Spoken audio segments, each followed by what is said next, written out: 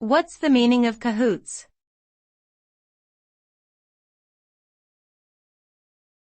Cahoots.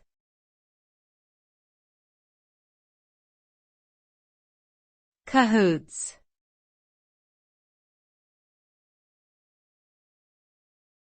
Cahoots.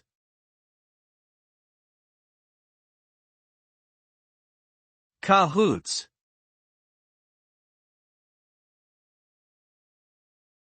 The term cahoots refers to a secretive and often questionable partnership or alliance between two or more parties.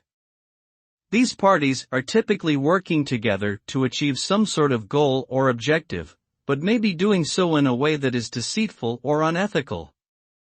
The result of being in cahoots with someone else can vary depending on the specific situation, but it often involves some level of deception or mistrust. People who are suspected of being in cahoots with one another may face criticism or suspicion from others, and may also be subject to legal or ethical consequences if their actions are found to be illegal or unethical.